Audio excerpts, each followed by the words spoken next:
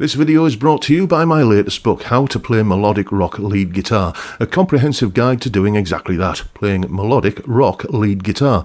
This is not just some collection of scale patterns and tabs, although you do get plenty of those, but you also get an entire chapter on how to come up with your own licks, as well as video content, tutorials and demonstrations, loads of jam tracks, and all the way through I'm encouraging you to expand your fretboard knowledge and showing you how you can think in a more musical and melodic way. Check out the link in the description for more details.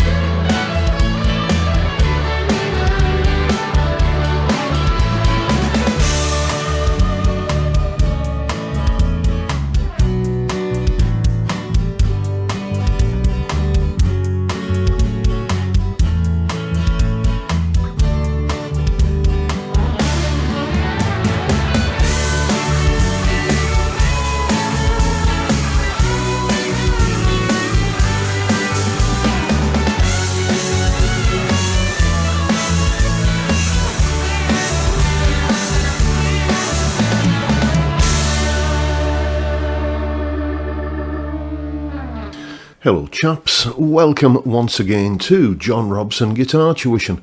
As always, I do hope you're well.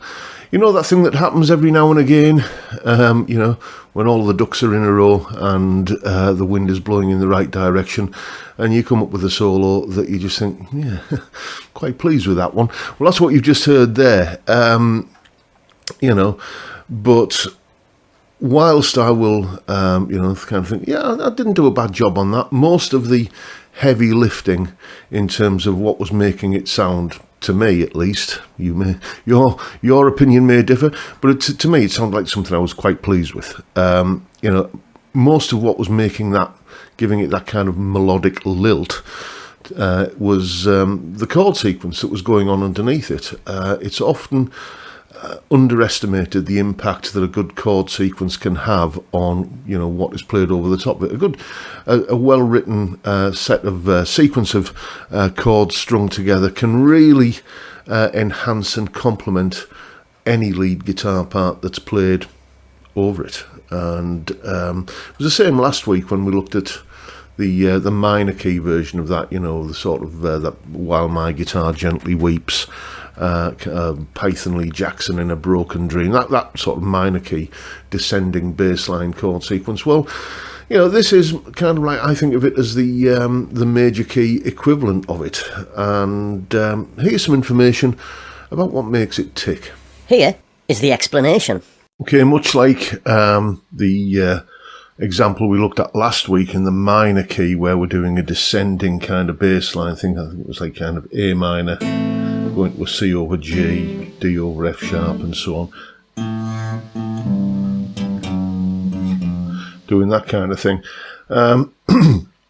This chord sequence I was soloing over earlier also relies upon that descending bass line kind of thing, but we're doing it in a major key this time.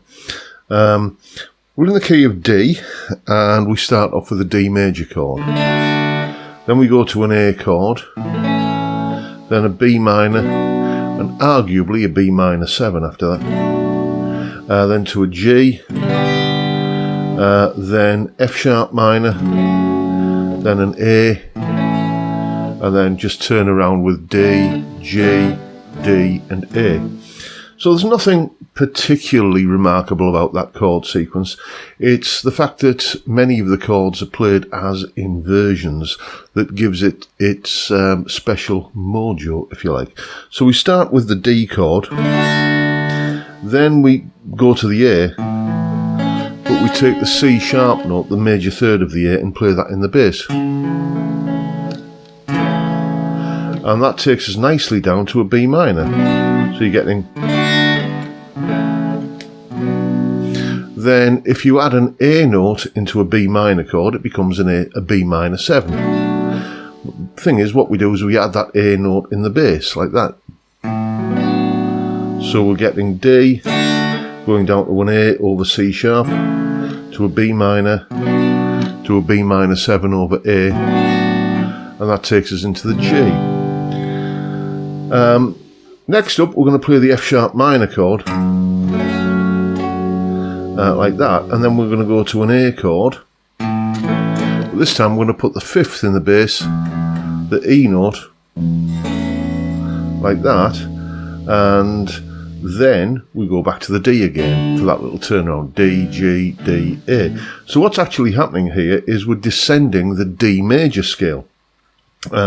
D major scale, if you don't know what a D major scale is, just go on your D string and do that old tone, tone, semitone, 3 more tones and a semitone kind of thing. D, E, F sharp, G, A, B, C sharp, D.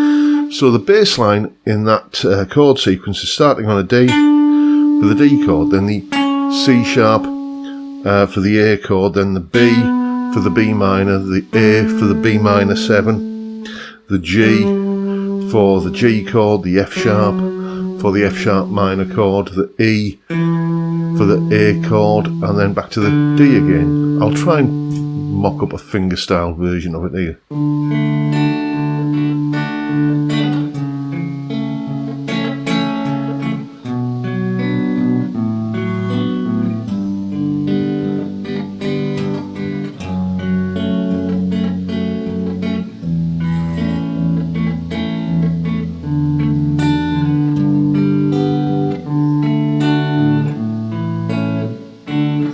You know, and if listening to that, you're thinking, oh, that reminds me of something. Well, it probably does.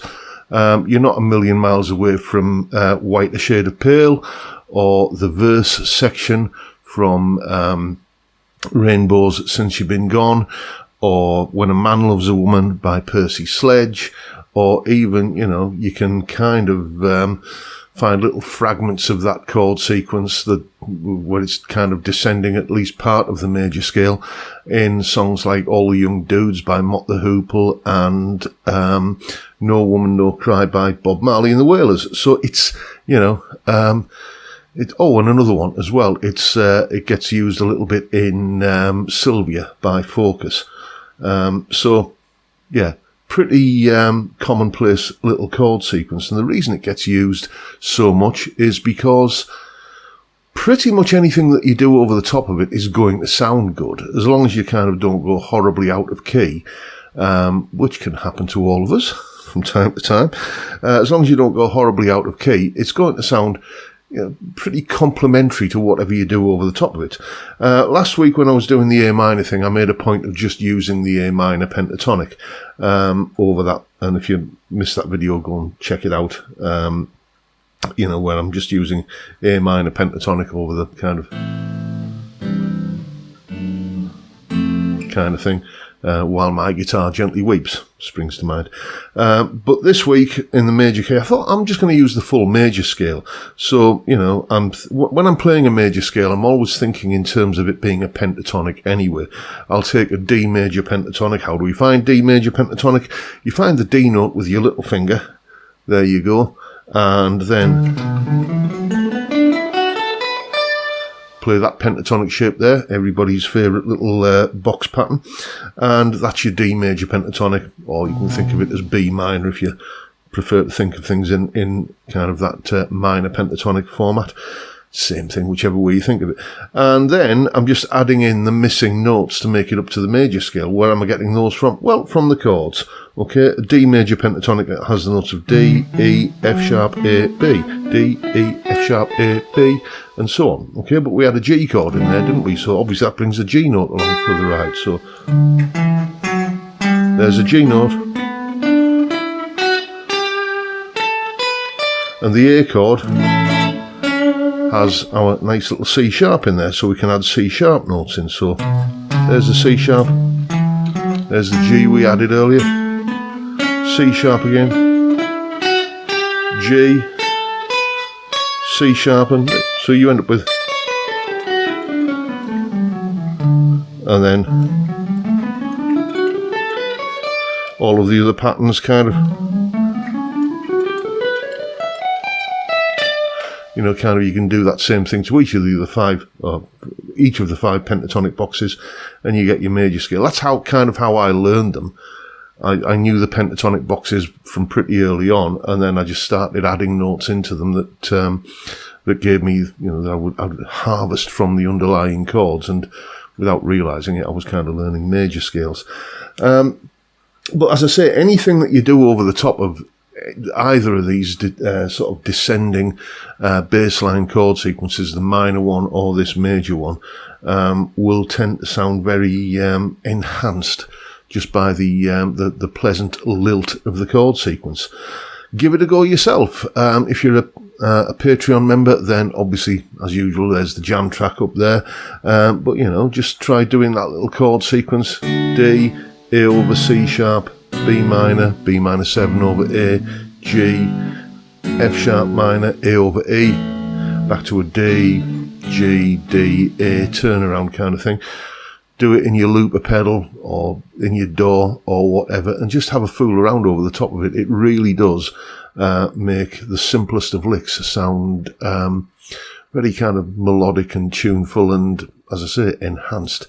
So there you go. Now you know what to do. Go away and have some fun with it. And as always, you'll find a full tab for the solo in both Guitar Pro and PDF formats, along with a clip of me playing it. That explanation you've just seen there, and as I've already mentioned, the jam track I was playing, an extended version of the jam track I was using as well.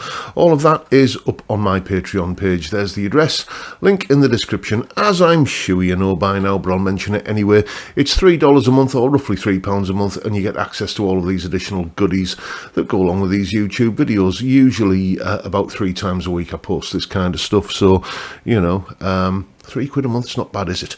But thank you, obviously, to everyone who supports me in that, or any of the other ways, all of which are linked down in the description. And that's pretty much it for today, folks. Hope you've enjoyed the video and found it informative, useful, and hopefully entertaining as well. And if that's the case, please hit the subscribe button and the notification bell if you haven't already done so. Why not drop me a like as well while you're at it? And don't forget the live stream every Friday, 5 PM UK time. We just chat and drink beer, really. Can you think of a better way to kick off the weekend? I can't. I'd love to see you there if you can make it. But for now, I'll bid you all a good day and say thank you so much for watching. Thank you for your time. Look after yourselves, folks. Stay well, stay safe, and above all, stay sane. Bye for now.